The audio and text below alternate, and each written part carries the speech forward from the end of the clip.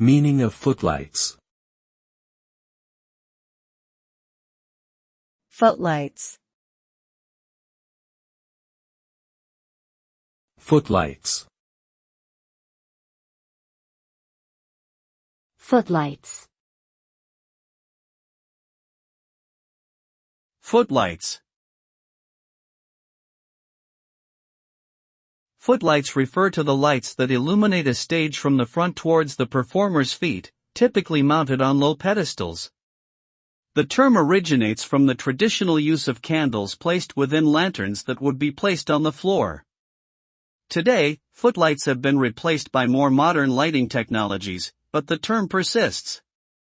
Footlights are often used to create dramatic shadows and highlights on the stage, adding depth and dimension to the performance. They also help to separate the performers from the background by providing a distinct source of light.